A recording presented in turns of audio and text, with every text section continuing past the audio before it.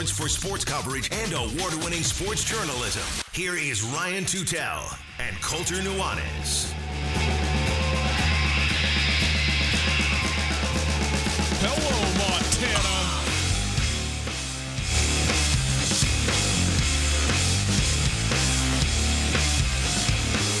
Conference play a day away.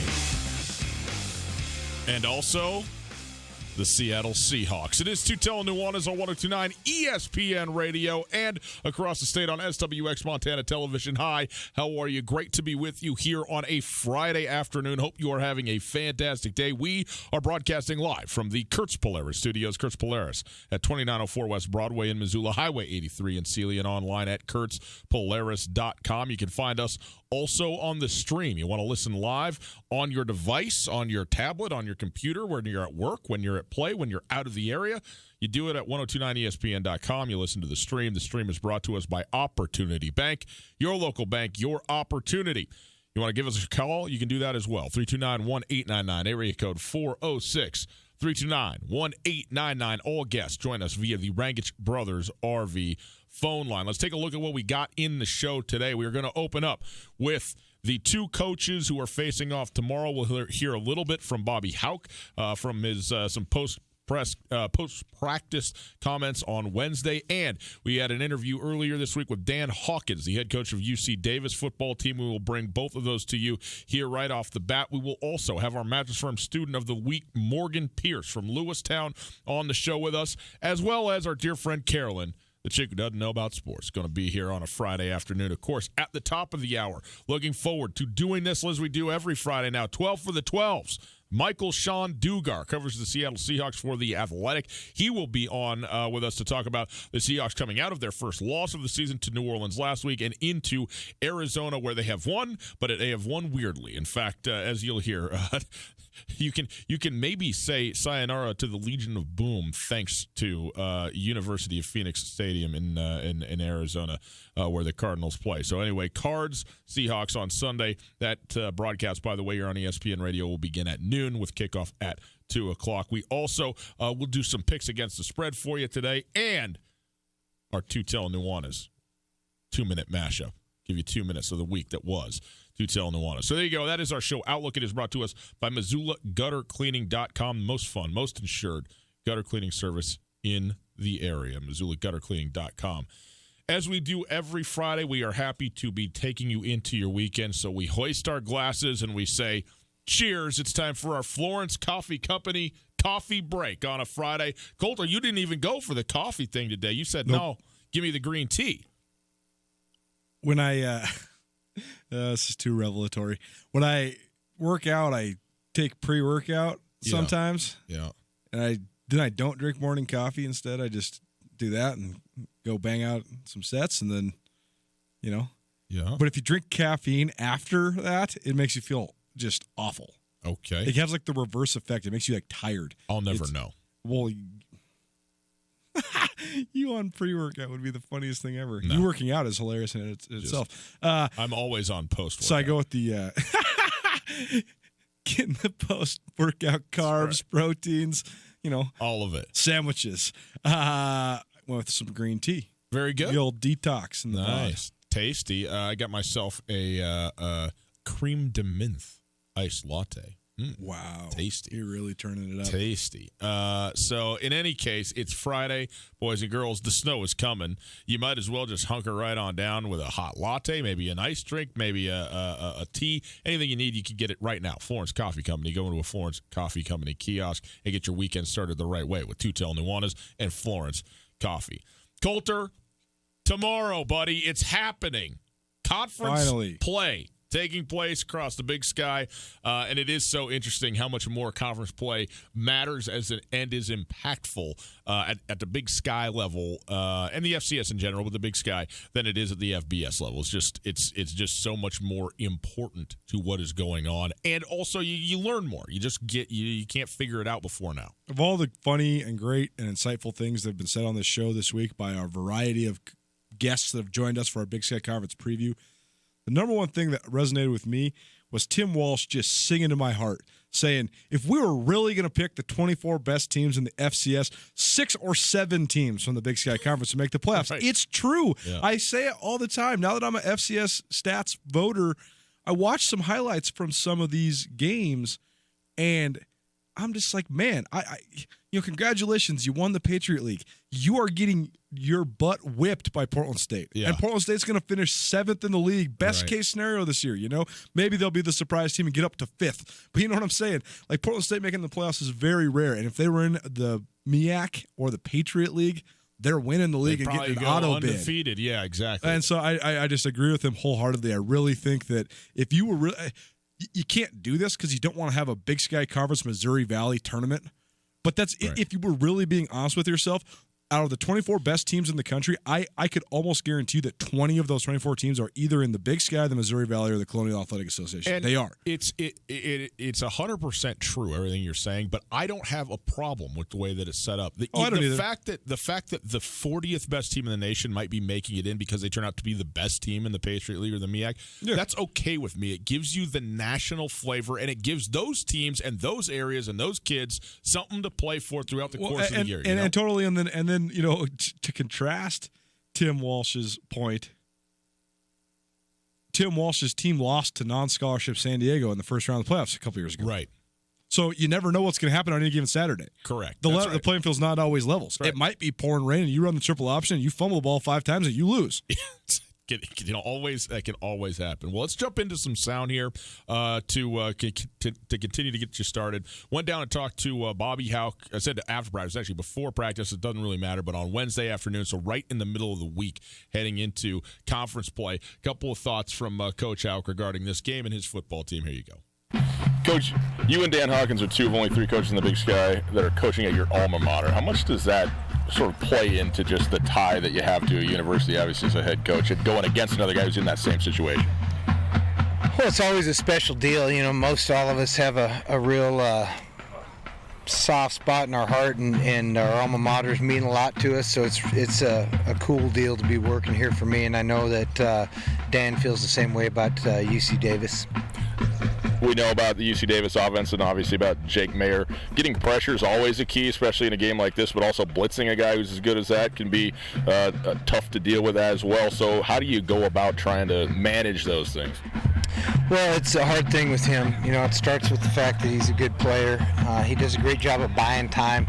He's accurate under duress, and he's not been a guy that really has shown himself to get rattled much. So got to kind of pick your times a little bit, and he's pretty good into pressure. He's pretty good into coverage. So he's a good player, and we're going to have to find a way to slow him down. Patrick O'Connell is a guy who seemed to have flashed here in the first part of the season, coming off the edge. What did you like about him as a transfer, and where has he improved the most? Well, Pat's worked hard. He walked on here, year before. 2 winters ago, I guess what I'll say, and he's done a nice job. He's getting some playing time, and we as coaches really admire guys that walk on the program and bide their time, work their tail off, and get on the field, and that's why Pat's real popular with the staff and his teammates. And then one more, Moses Mallory, transfers in here, and he seems to have kind of solidified himself at that guard spot. What have you liked out of him, and what's he done from a work standpoint coming in? Well, he's coming along. He's playing better week in and week out, which is kind of what we expect out of guys that transfer in at the August time rather than mid-year. And so, Mo's done a good job, and he's competing hard to keep that spot, and that's what we hope he'll do this weekend. So there you go. Bobby Hauck, head coach of the Grizzlies, giving you a little bit, talking midweek to us. What are you grinning about over there? Well, he's also, Moses Mallory is not only working hard, he's lost a bunch of weight, but he also is wallowing as great as well as any player in the country. Leads the country in wallows. When he pancakes a guy, then he lays on him, and without his hands. And then he'll get up by rolling over on. It's like when you're messing around with your little brother and you're trying to squish him, and you're like, "Oh, I'm trying to get up, but I can't." Yeah. He does that every time he's on top of somebody. It is hilarious. And when you're 6'3", 350, probably doesn't feel that good if you're the guy on the bottom. Probably it doesn't. Probably it doesn't. He's mean though, man. If you want to have fun, once upon a time, and it didn't feel that great. If you want to have fun during the Grizz game, just do yourself a favor. Watch the right guard spot for the Grizz when they're on offense. Just for a couple plays. He is a mean son of a gun. I tell you what, he's a good player, man. What we predicted, if he can play himself into shape, he's going to be a big time contributor because he's already doing good work on that interior offensive line for Montana. Well, we want to also give you some Dan Hawkins here. Dan Hawkins is the head coach, of course, at UC Davis. He was at Colorado for a while. He's been at Boise State and has just a tremendous coaching resume over several decades of being a head coach all over the place. But returns to his alma mater and is making UC Davis into something that they have never been before. And we were fortunate enough to talk with him at the Big Sky kickoff, and then again this week. And so we're going to play this for you. This is our interview with Dan Hawkins from earlier this week, talking about all things UC Davis and preparing for their matchup Saturday against the Montana Grizzlies. We go now to the Rankage Brothers RV phone line, and we welcome in the third-year head coach of the UC Davis Aggies, Dan Hawkins. The Aggies hosting Montana in their first conference game this Saturday in a big game in the Big Sky Conference. Coach, thanks so much for taking the time out and spending it with us. How are you? Appreciate you having the Eggs on. Well, we're happy to have the Eggs on, the number 4 team in the nation, and just an outstanding football team, what you've done there. We've been watching from afar and really admiring what you've done there at UC Davis. Before we get into this season, what's it been like for you? We know it's your alma mater, and you had some time off from coaching. You come back to it now. What's it like for you to be at UC Davis right now as the head coach?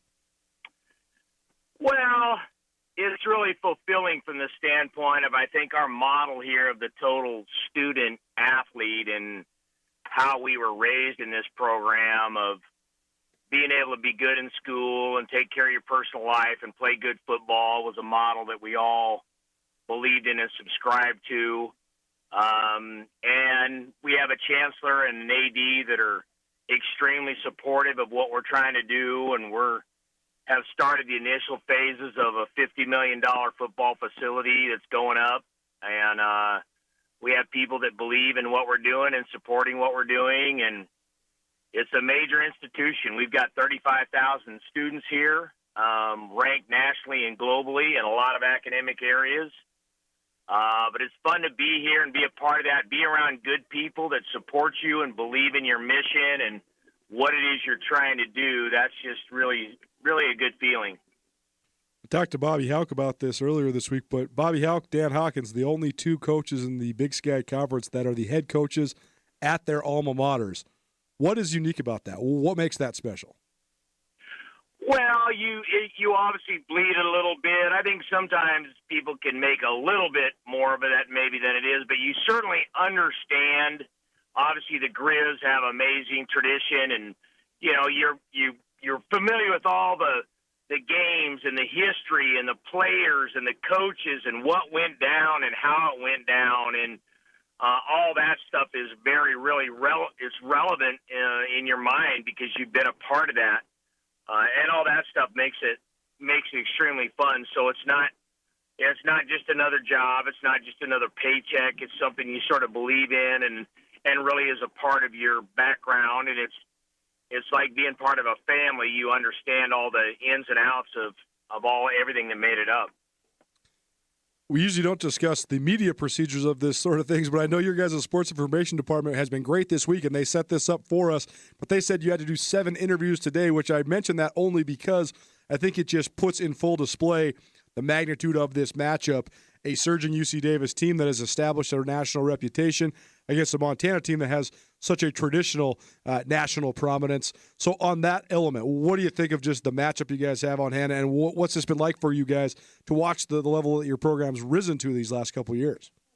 Well, like I said, I think it's been fun for our university, and we are nationally and internationally known for so many academic programs, and it's great to provide exposure and be a front porch to an amazing university.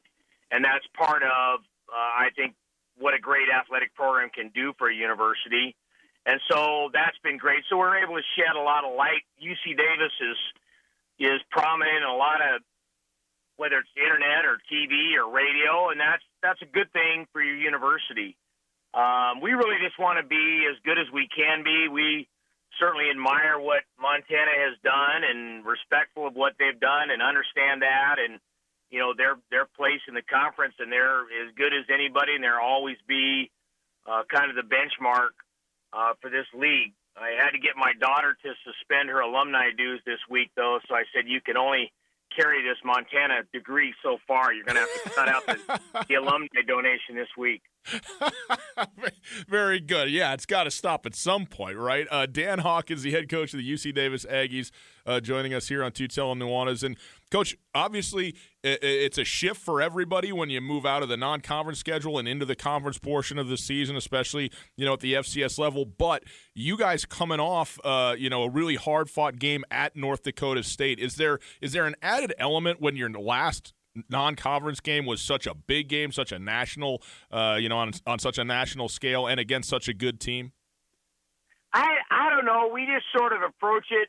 I mean, you got to try to hit the pitches that are thrown at you, and we don't try to make too much of it one way or another, whether it's on the road or it's home, or they're supposed to be good or they're supposed to not be good, or what are they ranked or not ranked, or what's their logo. We just try not to really get into that too much. I think it's fun to play good teams and go to places you haven't been before and be a part of that. But as you guys know, this league is unbelievable. There's a lot of great coaches and good players and good teams, and so we try not to make too much or too little of any contest. And I mean, we got Montana squarely in front of us, and getting our full attention. With league play opening this week, do you have any overall gauge on what your expectations are for across the conference, what the league race might be like this year? I have no clue. You guys know one of the things that makes this league just amazing is it's just funny how every year somebody jumps up that everybody thought wasn't going to be good, and then maybe somebody that thought was going to be good isn't. And I don't know. I think as soon as you start trying to be Nostradamus, you're going to be in trouble because there's too many twists and turns. I don't know. It's hard to predict, and I don't even try to go there. I don't even try to get into that. Coach, when we talk about now this particular matchup against the Grizz, UC Davis has been so proficient and prolific offensively, and obviously with Jake there as your quarterback, but also really substantial defensively through the non-conference schedule this year, I think, as well. But the thing to me is I think that UC Davis and Montana have maybe a couple of the better coaching staffs that I've seen, and some of the uniqueness that you bring to the table and the skills and the schemes and things like that. What have you seen out of Montana just from a schematic standpoint, particularly defensively, where they really loaded up on the back end with 5 DBs basically in their base form? Yeah, they're good all the way. I mean, Bobby's been a defensive guy and a special teams guy, and that certainly shows up. And, I mean, Rosie's been around and seen enough football. I mean, everything they do gives you problems, and they're so doggone good at it, and they play 100 miles an hour. And, I mean, it's mind-bending all the time in terms of what happens. And, there's no plays off and there's no schemes off, and it's tough, but part of that is a coach and a player you like. I mean, that's why you do it, and that's why you try to play at a high level and be a part of that you can go test yourself every Saturday. Watch your guys' entire game against North Dakota State last week. Was really impressed with your effort on both sides of the ball, but particularly the defensive effort. Went toe-to-toe with one of the toughest teams in the country. What was your evaluation of your guys' defensive effort last week at NDSU? Yeah, I thought we played great. I thought we really played great. We really did. I thought they put us in a position to win the game, and did a great job against a team that loves to run the football and is extremely multidimensional, extremely. And I think their quarterback is multi-talented, can really run. Now, he's younger and maybe not as adept totally in the throwing game that they want, but, I mean, he can spin it. Now, he can really spin it. And he's a big dude, and he's fast, and they're physical. But I thought our guys did a really nice job. I thought our scheme was good. I thought we played hard, put us in a position to do some things really well against a very good football team. Coach, it's it's one thing to kind of build a program up and get to, a high watermark and be really good, and then it's another thing to be good and to stay good. And you're at a position now where, you guys have been good, and now it's trying to maintain, that high level of performance on the football field. I know you go about this holistically, but what's it like to transition maybe out of building a program and into maintaining a program? It's always the same. As your benchmark is the mirror, and you better keep picking up the trash, and you better keep the chairs in order, and you better get to practice 15 minutes early, and you better watch the ball. And it's all those things that you do every single day. And like I said, when you start trying to measure yourself against somebody's opinion or another team, I think you're in trouble. And that's really the trick, is just to wake up every day and try to be the best version of yourselves. And sometimes that's easier said than done. But, I mean, we don't have a funeral when we lose. We don't have a parade when we win. We don't have an expectation that we're supposed to win or we're supposed to lose.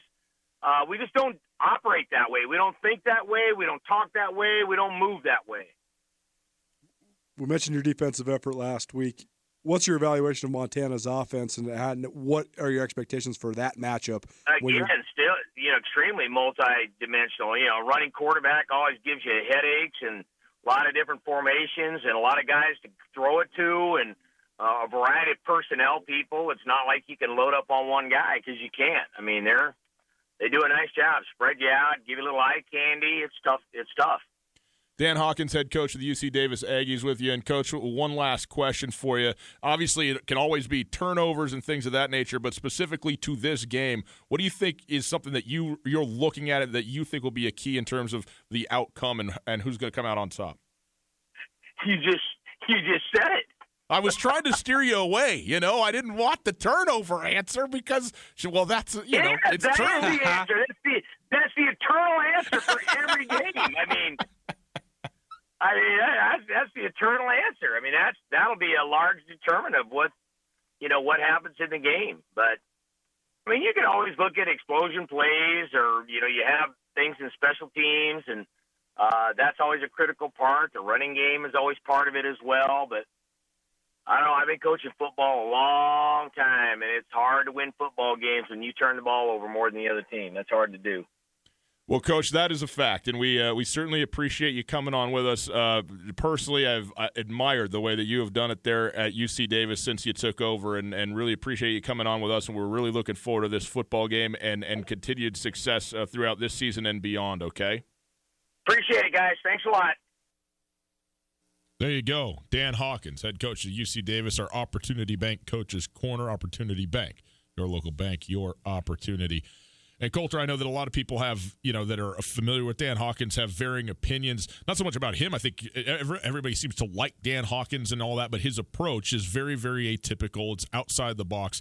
And some people, kind of go, well, what's this guy really up to? He kind of got this whole thing going on, and other people really like it. I happen to love it. I think his approach to it, it works for me just as far as on the outside looking in.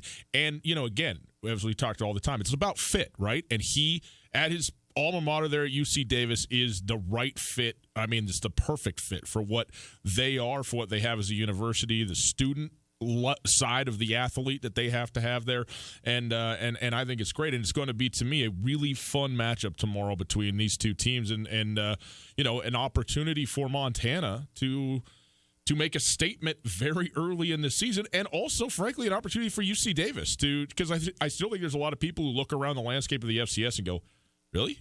UC Davis? UC Davis? I mean, it's not that long ago that UC Davis was an afterthought in the Big Sky Conference, to say nothing of on the national level. And now here they are, the number 4 team in the nation, and I think there are still doubters out there. I am not among them, but they are out there. They certainly don't have the history that other teams have, and so an opportunity for both of these teams to prove themselves against another one of the top teams in the conference, and thereby the top teams in the country. Yeah, I mean, I think that they actually were able to stamp their national brand more quickly once they attained success than any of the other new teams in the Big Sky Conference. I think that's twofold why. First of all, they have a brand name head coach in Dan Hawkins, who coached at the absolute highest level of college football when he was coaching the Big 12 at Colorado. And And of course because of his previous success at Boise State, but also just because they're a UC school. They're from California. For whatever reason, UC Davis, when they beat San Jose State and then they beat Idaho and then they're sitting there at like 5-1, they were just in the top 10. Southern Utah had to grind. I mean, Southern Utah made the playoffs and then won the league, and they had multiple NFL guys. But everybody thought, well, where's Southern Utah? What is Southern Utah? It's not part of the UC system. It's not a 35,000-person school in this pristine area with this great academic institution. Everybody's thought, well, it's just a D2 school, a junior college, whatever you want to call it. The UC Davis and Southern Utah are a world away in terms of the campus culture, the academic prowess, all that. Sure.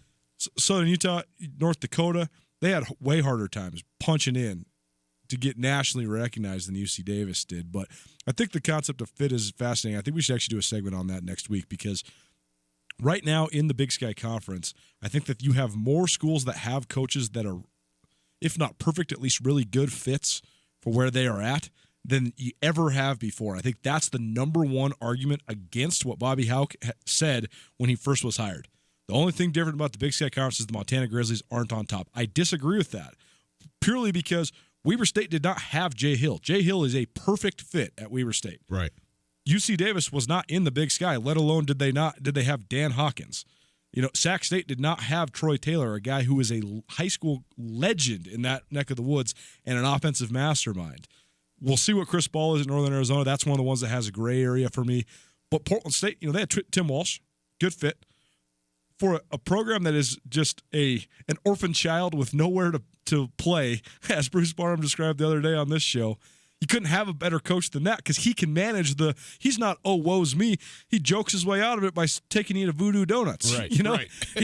He's a perfect fit for there, and I think it's an interesting dynamic. But we'll get more into this game, just the X's and O's parts of it. But I do think Dan Hawkins being back in the Big Sky is big time, and I think that UC Davis, they have so much potential, and they're already starting to achieve it. He broadly mentioned it right there, the fact that they're building a $60 million football facility. They also have an architectural plan in place to take Aggie Stadium from the current capacity of 10,800. And also, let's be clear, a little tangent here, but let's be clear. So many people from Montana are always like, well, all the rest of the stadiums in the Big Sky suck. That's not true. Aggie Stadium does not suck. It's a great venue. It's just not huge. It's 10,800 people, but there will be 10,000 people there tomorrow. Cal Poly's venue is great, outstanding, right? But it's small, yes, right. And they're small, and then also low attendance, right? Like Northern Colorado has a small stadium, and then they only fill it half full, right? Idaho State has a small stadium, and they only fill it half full. UC Davis has a small stadium, but they averaged 8,400 fans a game last year, and for the Montana game, they're going to have 10,000 people. It'll be a sellout, or at least, very, very close to it. Mm-hmm. It's not going to be standing room only packed in there, but it'll be a good crowd. Yeah. So let's be clear there. But they have plans to renovate that stadium and push it to 30,000 plus.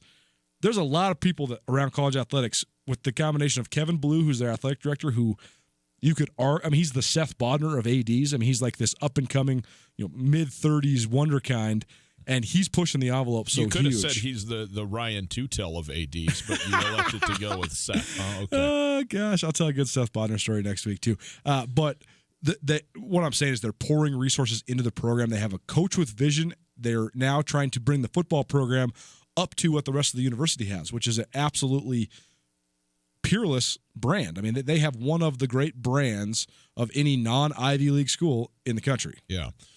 It is Tutel Nuanez, 102.9 ESPN Radio, SWX Montana Television. Colter, I want to ask you this question through the lens of the University of Montana. We talked about these two games comparing themselves, but with hashtag RTD, okay? And I don't know exactly the one thing that I wonder is what does that mean? What is return to dominance? And the one thing that Bobby Hauck has on his mind when it comes to the long view for the University of Montana is winning a national championship, period, end of story. Well, it's the largest gap on any otherwise elite coach's resume, and perhaps in all of FCS football, perhaps in the country. Yeah, he's the only thing he's missing on his on it, right? Who else has won 85 out of 110 games and doesn't have a natty? Yeah. So, point being, though, at the point that you win a national championship, I think you've accomplished return to dominance if that were to happen at some point for the University of Montana. But also, they never won a national championship, and were still dominant at the time that Bobby Hauck was here the first time. Certainly. My question to you is in the arc of the reemergence that Montana is working towards creating in their football program, what does a win tomorrow, if that were to happen, what would that mean to them? You're going to hate this answer. Nothing. I don't think it means anything, period. Because here's the deal. You know me. I'm all about the longevity of the situation when it comes to the reputation. As of right now, UC Davis has played really well at Division I level for 17 games. That's it, ever. They've not been competitive at the Division I level. They've been okay.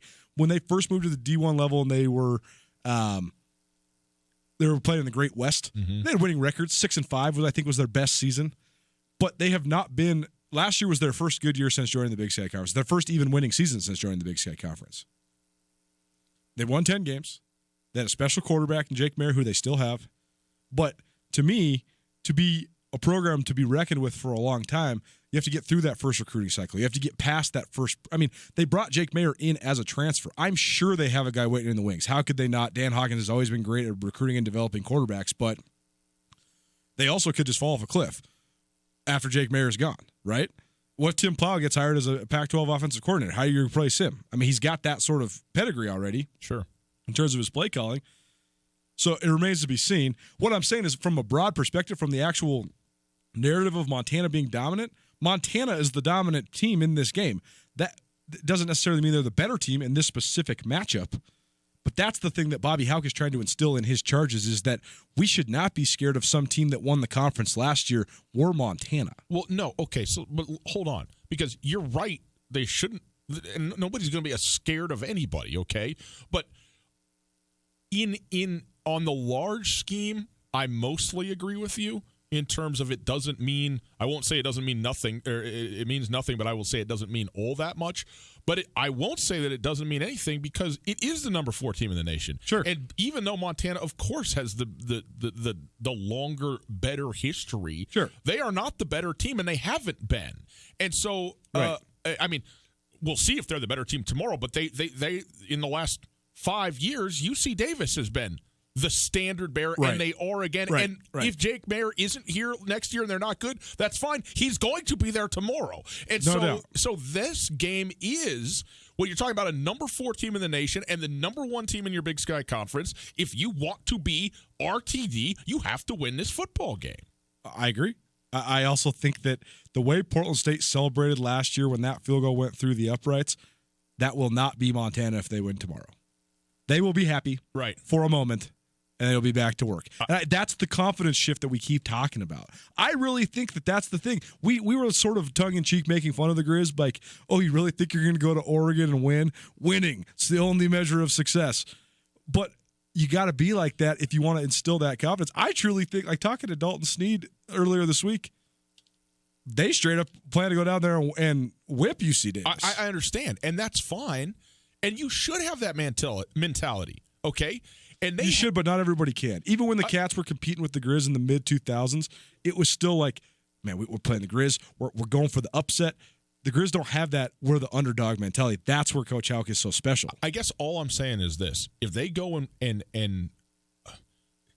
if they win tomorrow, yep, nobody's going to sit here and go, mission accomplished, return to dominance, stamp it, whatever. Right. But except for the Hero Sports guys. Well, okay, but they're on the road, and they already have, like you said, they already have this a mentality maybe in them, and they are headed in that direction. And a win tomorrow would continue to solidify those beliefs and move this team forward in the direction where they want to go. They would become, if not, probably right on the edge of a top 10 team in the nation. Maybe 12, something like that. Depending on what else happens, but there is, 2 top 10 match or 2 top 12 matchups tomorrow too. So somebody's losing. 2 of the top 12 teams and at least 3 of the top 18 teams in the country are going to lose tomorrow. But my point is it continue. People believe right now the University of Montana with Bobby Hauck as the head coach are on the path to RTD. It's not merely a saying they think that this is in fact happening. A win tomorrow will continue to demonstrate that it is in fact happening. A loss tomorrow, and you go, well, not so fast. This team isn't where they need to be. They have not achieved. They're not as good as the best team in the Big Sky Conference, as one of the best teams in the nation. And, okay, what if they lose by 1 on the road? No matter what happens, the sky's not falling. But you can continue to solidify the beliefs of the program and people around the program about where you are headed and even where you're at right now. Or you can introduce a reality that there is still a gap between you and where you once were and where everybody, or not everybody else, but where the top teams currently are. And that is on the line tomorrow in the very first conference game. Ironic that it would be the first one, but it is the first one. And this is a monster game to me for the University of Montana in that respect. Absolutely. Stu Tell Nuanez, 102.9 ESPN Radio. We'll take a quick break. On the other side, our match from Student of the Week.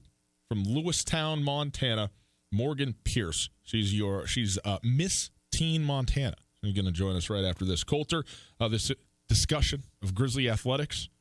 The interview with Bobby Houck is brought to us by Alpine Touch. Alpine Touch, it's grilling season, people. Tailgates, outside. The snow's about to fall. That means you fire up the grill. That's what I say. Get yourself some Alpine Touch. Season your steaks, season your vegetables, season your eggs, everything. You put it on everything. It is the best spice that's out there. It's made right here in Montana. Shoto, shout out. What's going on? Colter, tell them more about Alpine Touch. Perfect for any grilling occasion. It's also perfect for, you don't just have to use it outside on the grill. I used it the other day. I made some asparagus, put the all-purpose seasoning right there on the asparagus, and then put it in the oven, bake it up a little bit, like roasted asparagus. I got you. Good on the sprouts. Use all it. The veggies. You can use it in stew. It doesn't just have to be on meat. You can use it to season anything and everything. And give me 1 sec here. Oh yeah. Show them the pack. Sure, why not? Right now, you can go to alpinetouch.com and get one of these. You can get any 4 flavors you want in here now. It doesn't just have to be, this one's got all-purpose pepper blend, hickory smoked, and chili sublime, but you can select any combination you want. $19.99, they'll ship it right to your doorstep. And you can get 10% off. 10% off with the ESPN 10 code at checkout. Let's go check them out, alpinetouch.com. It's great for gifts. It's great for holidays. It's great for anything. Alpine Touch, Montana Special Spice.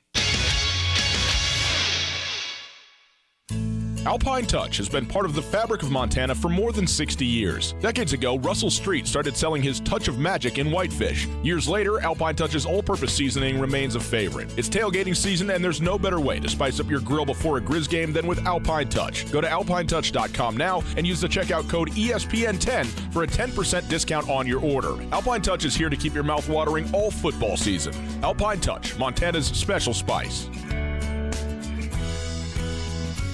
Hi there, it's Les Schwab Tires. You know, we've been helping keep folks safe on the road around here since 1952. That's why you can save up to $152 on a set of 4 select light truck and SUV tires during our fall tire sale. So swing by or book an appointment at leschwab.com. Les Schwab Tires, doing the right thing since 1952. Limited time offer while supplies last. Discount depends on tire size and type. Cannot be combined with other offers. Details at leschwab.com. On Russell, across from the fairgrounds. In Western Montana, we know shopping local matters. And you may think you'd pay more for the quality and customer service that comes with it, but not at Selway Armory. Selway Armory is locally owned with knowledgeable specialists that can answer your questions. In addition to the expertise, though, Selway Armory also has a bigger selection and lower prices than the box stores. When you're in the market for firearms and accessories, save money with the experts at Selway Armory. Selway Armory, 2825 Stockyard Road, Unit E6, and online at selwayarmory.com.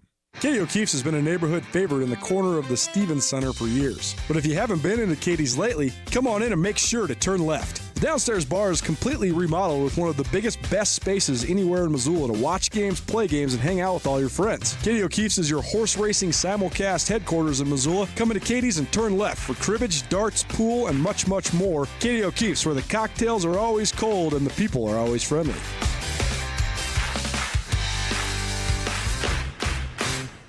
It's a rite of passage, that first bank account. Explore the great options for your young adult with a visit to Farmers State Bank, online at farmersebank.com or in person at any of our 9 locations in Western Montana. Our checking and savings accounts are designed to fit any lifestyle and budget, with the flexibility, innovations, and security today's consumers demand.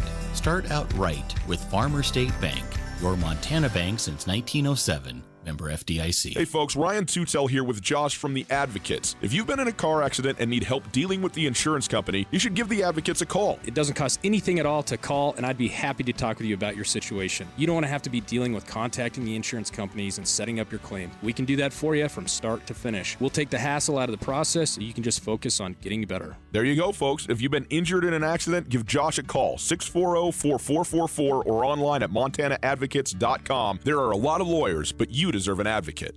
ESPN Missoula Sports Center. Good afternoon, Ryan Tutel, Colter Nuanez. Here's some sports news for you. Casey Kotzman drilled a 37-yard field goal as time expired to lift number 2 Butte to a 39-36 win over number 3 Sentinel at Missoula County Public Stadium last night. The victory moves Butte to 5-0 on the season at the midpoint of the Class AA year and hands Missoula Sentinel their first loss in 5 outings. The Bulldogs defeated the Spartans by 1 point last season as well. Reminiscent of that Jake Dennehy game winner, but it wasn't for the state title. Butte quarterback Tommy Malott threw for 170 yards and a touchdown while rushing for 89 yards and 3 more scores to once again pace the high-powered offense from the mining city. Sentinel junior quarterback Dalton Bay had a career day, completing 23 of 25 passes for 321 yards and 4 scores. Bay threw all 4 of those touchdown passes in the first half. Preston Jones had 7 catches for 179 yards and 3 touchdowns. Jackson Lee, who's committed to Montana, totaled 113 yards from scrimmage and scored a short rushing touchdown. Butte hosts Helena Capital next week, while Sentinel faces off against crosstown rival Big Sky. Missoula Hellgate gets its first real test of the season tonight after ripping through the first 3 games 3-0 for the first time since 1987. The Knights will take on number 5 Helena High in Helena. The Bengals are 3-1. And Montana and MSU open up conference play tomorrow. Montana State hosts Northern Arizona. Montana is at UC Davis. This ESPN Missoula Sports Center is brought to you by Aspen Sound.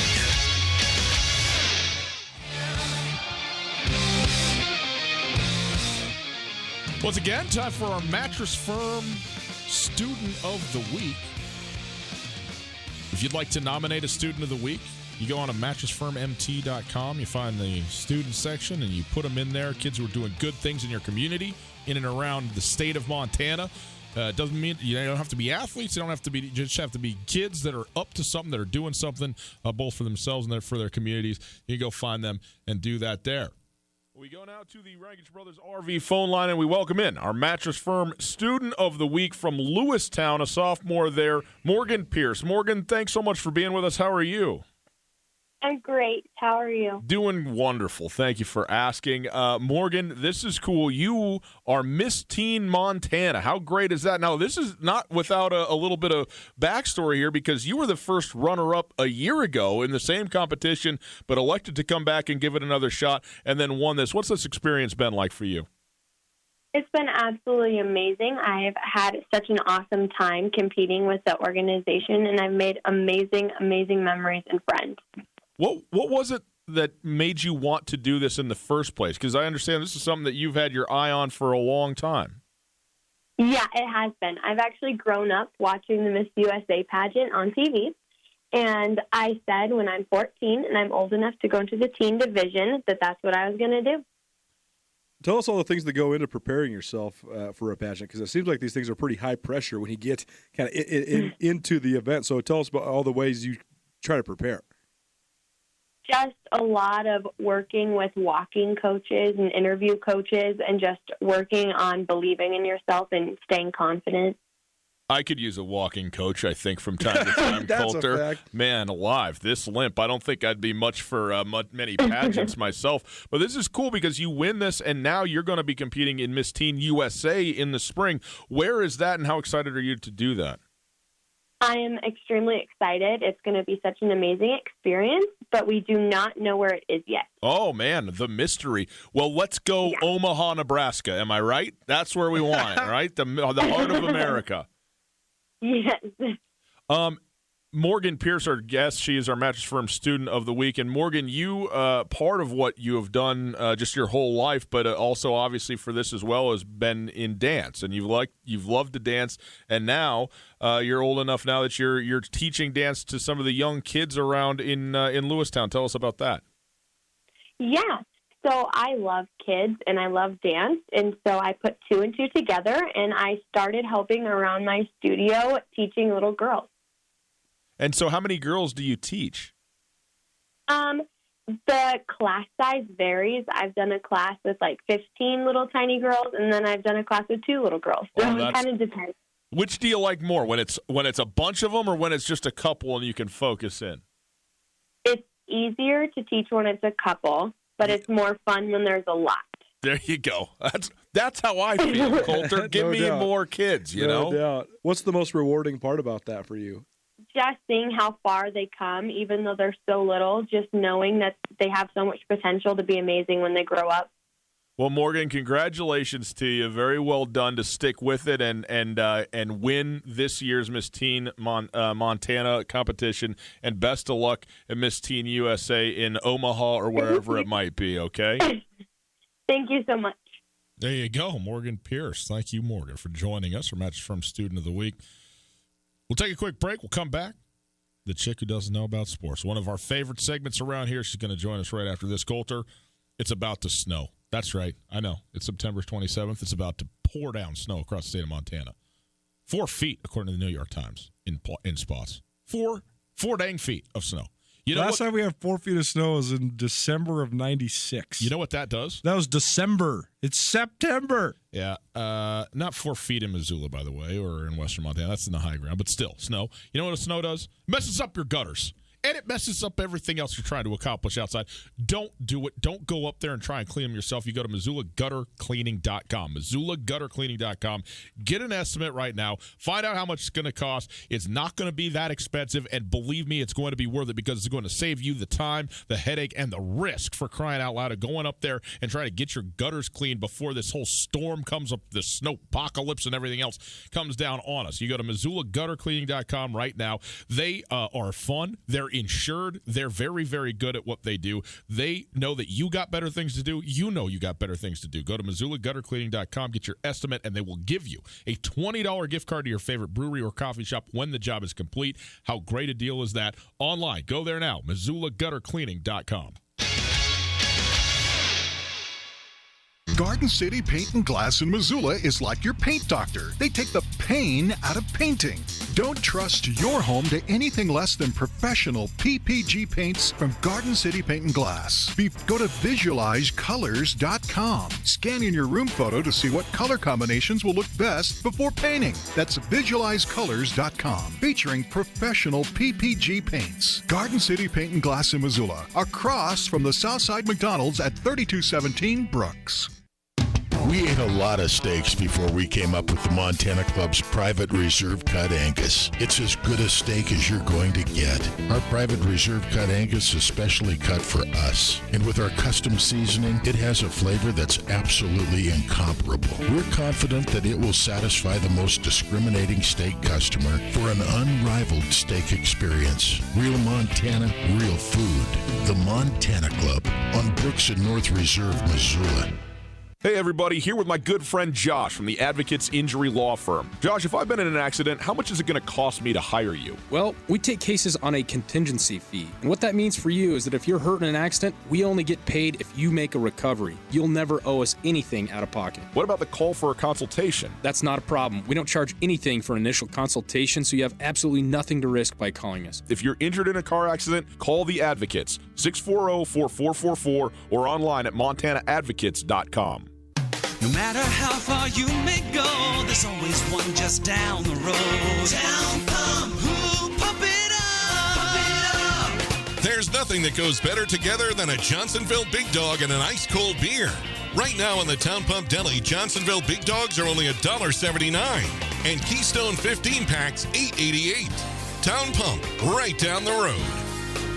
Town Pump, right down the road. Pump it up, oh yeah. Jayco and Rangish Brothers end of the year clearance event is going on now. Our entire lot is on sale, so if you've been waiting for a smoking hot deal on fifth wheels, campers, toy haulers, and motorhomes, there is no better time to buy than now. Save big on a Jayco J-Flight Bunkhouse SLX with payments as low as $99 per month OAC. Or get huge savings on a 2019 Jayco Eagle fifth wheel, starting at only $28,750. Don't miss our final sales event of the year. Only where a handshake means something. Rangish Brothers RV Center. Are you interested in putting solar panels on your roof? Do you want the latest on Montana's renewable energy policies? The Montana Renewable Energy Association is a leading voice for renewable energy, education, and advocacy in Montana. From community-based clean energy events to advocating at the Montana legislature, they work to ensure Montana's future is powered by the sun, wind, and earth. Find out more about MREA and join as a member by visiting montanarenewables.org or calling 406-214-9405. Tutel and Nuanez. Listen to the podcast on the TuneIn Radio app or on iTunes. 1029ESPN.com. Oh, the favorite moment of the week is here. Yes, indeed. Our dear friend Carolyn, chick who doesn't know sports, going to talk to us about sports today. What will she have in store? It is Tutel and Nuanez, 1029 ESPN Radio. Broadcasting live from the Kurtz Polaris studios. Kurtz Polaris at 2904 West Broadway in Missoula, Highway 83 in Sealy, and online at kurtzpolaris.com. Chick who doesn't know about sports, brought to us by the Missoula Winery and Event Center. It's Carolyn time. Here we go. It's Friday. You know what that means. Get the beat button ready. The chick who doesn't know sports is here again. Right. Here Hi, I Carolyn. Hi. How are you? I'm great. Oh, man. I almost said something else. That makes me so happy. I think we like to do this every Friday around here. Bring in Carolyn, who doesn't know anything about sports, so that she can tell us about sports from her, how do we say it, unique perspective. Okay, Carolyn, what do we got? I'm keeping it clean this week. I'll believe it. Doubt it. Shakira and J-Lo. You know what they're doing? Singing, putting on great concerts globally. Whatever they want. They're headlining the Super Bowl halftime show. Oh. Yeah. Shakira and J-Lo? Yeah, together. I'm not into this. What? 100% not into this. Who did you Actually, want? I'm 50% not into this. You're an idiot. Why? Which one do you not like? It doesn't matter. This is the greatest Super Bowl show that ever could be, because now you can't say, man, this was a terrible live performance, because it's guaranteed to be great, because it has nothing to do with the music. It has everything to do with the singing or the dancing. And first of all, that is a dumb take. That is a dumb take. The Super Bowl halftime music show is always about the music. No, it's not. Period. It's about the show. But every single one of these shows, we're like, man, can't wait to see the Rolling Stones. Can't wait to see Bruce Springsteen. Can't wait to see Maroon 5. And then afterwards, everybody's like, they suck. This way, no one's going to say they suck, because all the women are going to be like, oh, my God, they were so beautiful. And all the men are going to be like, good dancing. Mm-hmm. No, that's wrong. Here's the thing. Shakira, I'm into it. I like Shakira, and she's still doing it. J-Lo is just got to hang it up. You got to know when your time has come. No, and you know why I know this? Because I saw her perform just recently. What was the thing where she did a big old performance at? I don't know what this Grammys. was. Was it the Grammys? Yeah. Terrible. She's out there trying to dance, okay, like she was, 30 years old again or whatever, and still Jenny from the block, and she's a 50-year-old A-Rod's, ninth girlfriend or whatever it is that. Yeah, okay. Excuse me. So go do that. Go have a nice life with Alex Rodriguez and get out of here. If you want to sing, then sing. Enough with the pretending that you aren't what you were, that you are what you were. You're not. Get over this. I'm done with J-Lo. This man is blind. He's blind. She's your gorgeous. eyes don't work. Do your eyes work? Did I say anything about how she looks? That's the whole point of what she is. You are pathetic. You are pathetic. She was a great artist and a great performer, but she needs to move on from this dumb choreographed thing in these little dresses and everything else, because she can't move anymore. She's a 40-year-old running back who's had 9 knee surgeries and cannot even make it to the line of scrimmage anymore. Go retire and go away. I think if she wore a sensible shoe, That's not going to happen.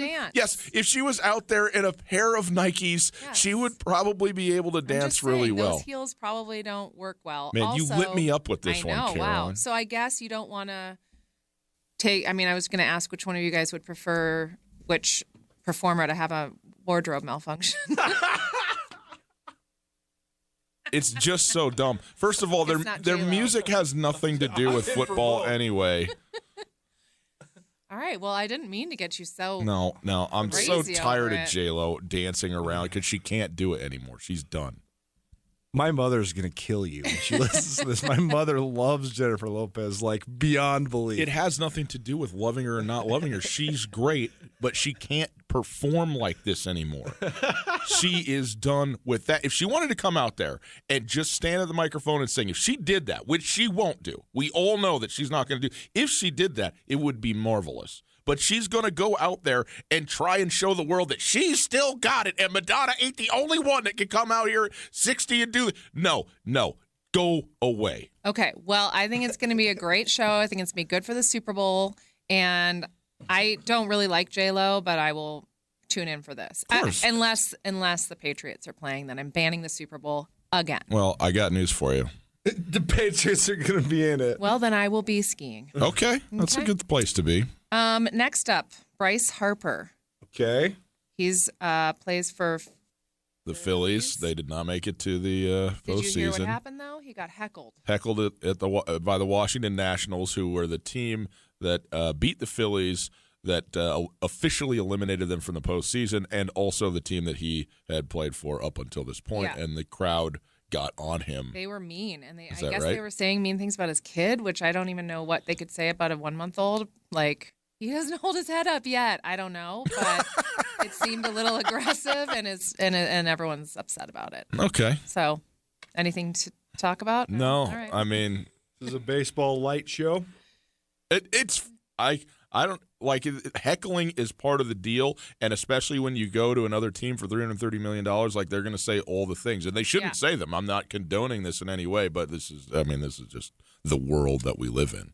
On the opposite side, on the good side of baseball, I know you didn't watch this, Carolyn, but did you watch Felix Hernandez last night? Yes. It was amazing. How great was that? It was great. Felix Hernandez, a legendary pitcher for the Seattle Mariners. He makes his last start last night, leaves to a standing ovation. Is awesome. That's what I liked. And did you see what happened when he came out? When none of the rest of the Mariners came onto the field, he walked out by himself, standing on the mound alone before the game started to get the whole thing going. Oh, it's too good at Safeco last night. Oh, not Safeco, right? T-Mobile Park now. I don't whatever in Seattle, the baseball stadium in Seattle. Yes, that's what you like, right, Carolyn? Yeah, I like happy, kind stuff. Yes.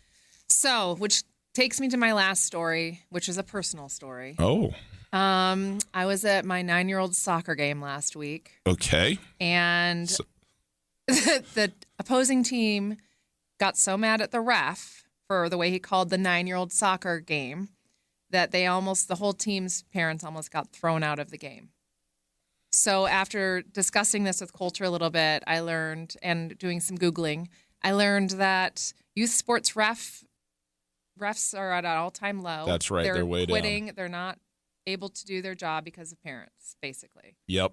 Parents are the worst. I'm one. You're one. I am. Coulter's the only good person left on earth. I would never heckle a ref. In fact, I make my kids thank the ref after the game. Good. That's very good. Because I think they're very important, and they're just doing the best job they can. And I did some reading on some ref stories, and one was a soccer game. It was a 14-year-old soccer game.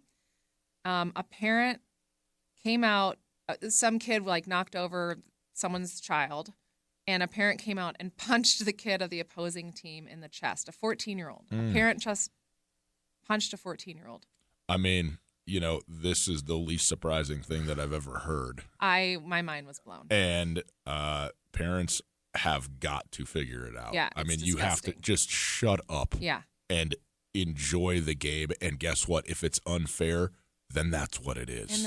And guess what? Life's unfair. Exactly. Your kids got to learn it. Well, and that's what sports are for. It's not about they're learning. They're learning about winning and losing and playing and working together. Bad calls. That's life. And by the way, if you are reffing a 9-year-old soccer game, you're also learning Well, yeah, half Probably of them are like the 15. rules. Probably the Half of them are rules of the kids. sport that you're trying to do. You don't know all of them. Well, I just want to say personally thank you to all the youth sports refs out there. 'Cause Very you guys nice. are really working hard, and I appreciate it.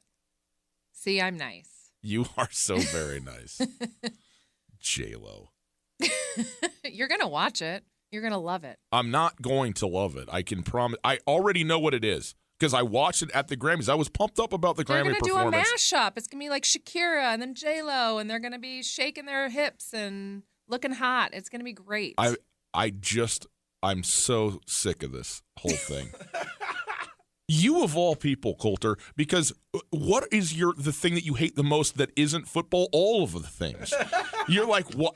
Just give me the football. And this is the least football thing that happens is the Super Bowl in this ironic way. And now we got to be subject to this. I don't like this. Yeah, but I usually hate the halftime show because it just brings this unwarranted scrutiny on the artists. And I agree with that. These two, I just think can't miss because it doesn't matter what songs they play. It doesn't matter how they sing the songs. It's all about the dancing and the costumes. Yeah, they're not even singing anyway. It's so universally appealing. Like it's a can't miss. It's every woman and man is going to love this.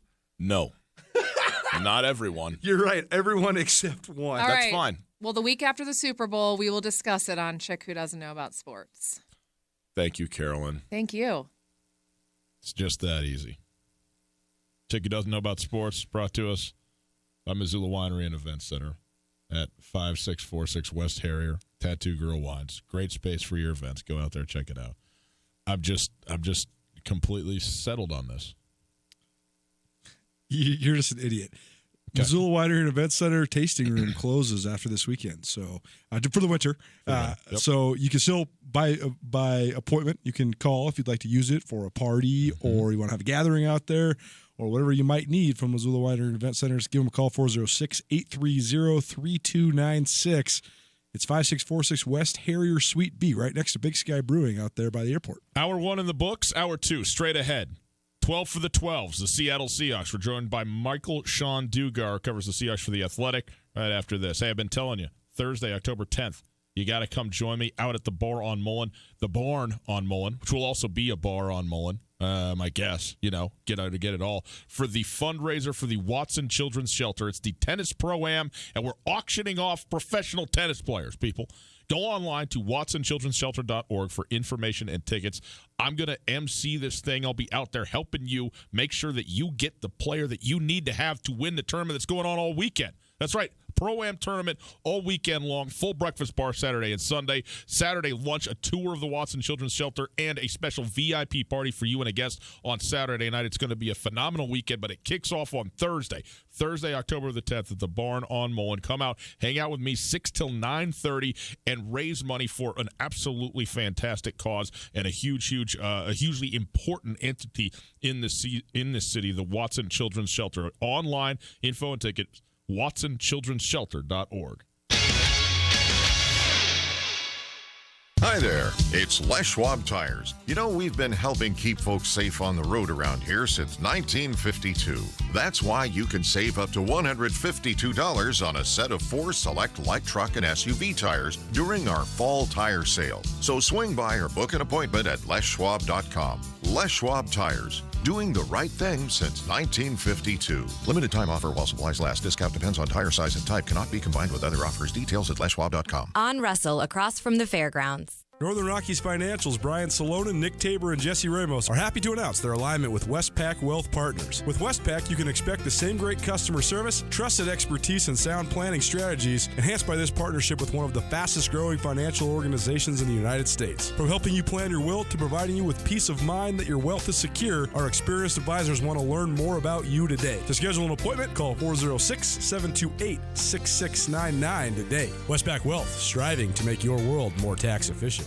This is Mike Nugent with Berkshire Hathaway Home Services. Berkshire Hathaway provides Western Montana with full-time real estate professionals for you whenever you need us. Our reputation as the state's most knowledgeable and available real estate group has helped build unmatched trust in the Garden City and statewide. If you have been thinking of making a real estate move in the short or long term, give me a call. No pressure, no expectations. Just professional opinions and service at whatever pace you are comfortable with. Give me, Mike Nugent, a call today, 531-1802. And remember, every question is good to ask. With busy days running us down, swing by a Florence Coffee for a boost of antioxidants and grab a soothing cup of tea. We carry a wide variety of Montana tea and spice flavors like Montana Gold, Mountain Huckleberry, Lemon Mint, just to name a few. So stop by any Floco location for some delicious tea, hot or iced, and visit us at florencecoffeeco.com. The best flavor under the big sky, Florence Coffee Company. The Polaris Factory Authorized Clearance is here. The world's best-selling off-road lineup is priced to move with financing as low as 3.99% and rebates up to $3,500. Live life wide open in a high-performance RZR. Tackle anything from mountains to mud holes on a legendary Sportsman ATV. Get more done with a hard-working Ranger or take on any task or trail in a versatile Polaris General. The best deals of the year are happening now. See Polaris.com or your Polaris dealer for rebates up to $3,500 and financing as low as 3.99% APR for 36 months during the Polaris Factory Authorized Clearance. Kurtz Polaris at 2904 West Broadway in Missoula and Highway 83 in Sealy. Kurtz Polaris is now showcasing all of the new 2020 Polaris off-road vehicles. To be the first to get a great deal on brand new state-of-the-art Polaris vehicles at Kurtz Polaris. Online at KurtzPolaris.com. Rebates valid in U.S. through 9/30/19 on new 2015 through 2019 vehicles. Financing offer valid on 2015s through 2020s. Subject to credit approval. Offers vary by model. See dealer for details. Always wear a helmet. Never drink and ride. Have you been hurt or disabled? Are you missing time from work and not sure what to do? I'm attorney Chris Helmer, and Clark Fork Law Offices in Missoula is here to help. Our team specializes in worker compensation, personal injury, and Social Security disability. We fight for the benefits you deserve. Call Clark Fork Law at 728-0168 for a free consultation or visit clarkforklaw.com. Again, 728-0168. ESPN Radio for Western Montana. KKVU HD3 Stevensville and 102.9 FM on K275BS Missoula. ESPN Missoula Sports Center. Hey, boys and girls, Ryan Tutel, Colton Nuamis. Here's some sports news for you. Casey Kotzman drilled a 37-yard field goal as time expired to lift number 2 Butte to a 39-36 win over number 3 Sentinel at Missoula County Public Stadium Thursday night. The victory moves Butte to 5-0 at the midpoint of the Class AA season and hands Missoula Sentinel its first loss for the 5 outings. The Bulldogs defeated the Spartans by 1 point last season. Butte quarterback Tommy Millott threw for 170 yards and a touchdown while rushing for 89 yards and 3 more scores to once again pace the high-powered offense from the Mining City. Sentinel junior quarterback Dalton Bay completed 23 of 25 passes for 321 yards and 4 touchdowns. He threw all 4 of those scoring strikes in the first half. And Preston Jones finished with 7 catches for 179 yards and 3 scores for the Spartans. Jackson Lee, he totaled 113 yards from scrimmage and scored a short touchdown. The future Grizz did.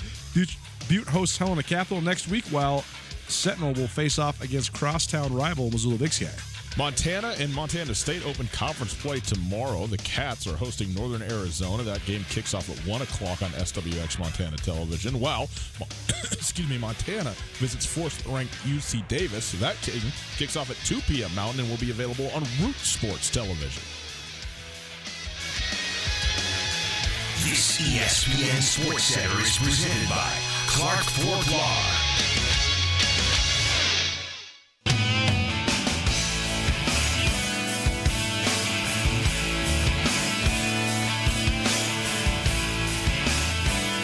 Boys and girls, it's after 5 o'clock.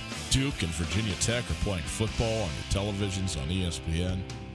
Tutel and Nuanas are on your radios, and it's time to talk about the Seattle Seahawks. Great to be with you. Thanks for hanging out with us, letting us escort you down the aisle into your weekend. We are broadcasting live from the Kurtz Polaris studios. Kurtz Polaris at 2904 West Broadway in Missoula, Highway 83 in Sealy. Online at KurtzPolaris.com. If you missed anything in the show, you can check it out on the podcast. The podcast available all the time, and it is available thanks to the Wingate by Wyndham Hotel. By the way, while you're there checking out the podcast, we got a new podcast, the FCS Speculators, a betting podcast. You're into sports numbers, numerology, gaming, as it were. The FCS Speculators. We're happy to have that thing up there for you. So every place that you're going to search for a podcast, you can get that one as well. If you would like to call, 329-1899, the phone number. All guests join us via the Rankish Brothers RV phone line. And if you'd like to listen live, you're out of market, maybe it's just easier on your tablet device, you go to 1029ESPN.com, and you listen live via the stream. The stream brought to us by Opportunity Bank. Your local bank, your opportunity. Well, if we go to the Rankish Brothers RV phone line and launch into 12 for the 12s with our buddy Michael Sean Dugar, covers the Seahawks for The Athletic. He is in Phoenix, the site of the Week 4 matchup between the Seattle Seahawks and Arizona Cardinals tomorrow afternoon. Sunday afternoon, rather. How about that? They play football on Sundays still. That's how it works. Michael Sean, how are you doing, man? Good to have you back with us. I'm good. Just got here to Arizona. Can't wait for something weird to happen on Sunday. Something weird always happens when the Seahawks play the Cardinals, right? Like Earl Thomas goes down in that game last year, and the famous bird given to the sidelines and all of that thing, and it really his last play as a Seahawk. That was the last time Seattle was in Arizona, right? Yeah, you can make a strong argument that the stadium in Arizona ended the Legion of Boom. It ended Cam's career, it ended Sherm's Seahawks career, ended Earl's Seahawks career, and it ended their dynasty in 2014. Right. It totally did. Yeah, it's been a bit of a haunted house for Seattle, even though they've beat Arizona since 2012 every game, but it hasn't always gone to script. Before we get into the game, though, on Sunday, I just want to go back to last Sunday and the loss against the New Orleans Saints. If you look at the numbers, you'd go, well, Seattle won this game handily, but it does not factor in a special teams touchdown for New Orleans and a defensive touchdown on a scoop and score. When you were looking at that game and the way the Seahawks played in it, what was your main takeaway from that game last Sunday against New Orleans? That the Seahawks are a bit more of a flawed team than we realized. It's weird because defensively they were actually all right. Right. But they don't have the same margin for error that they've had in the past. That was the main thing with those Legion of Boom teams is that, maybe the offense couldn't get it going or maybe the run wasn't working here and there, but it didn't matter because the other team probably wasn't going to score. If they were able to move the ball, someone was going to take the ball from them on the defense. You just look at how loaded those teams were. The Seahawks defenses were so loaded back in the day, which is only a couple years ago, but they were so loaded back then that KJ Wright was an afterthought. Right. And he's one of the best players on the defense now. He's I don't think there was ever a point where KJ was one of the best 5 defensive players on the Seahawks. Right? It's probably not even since he was drafted, right? But now he's clearly the second best.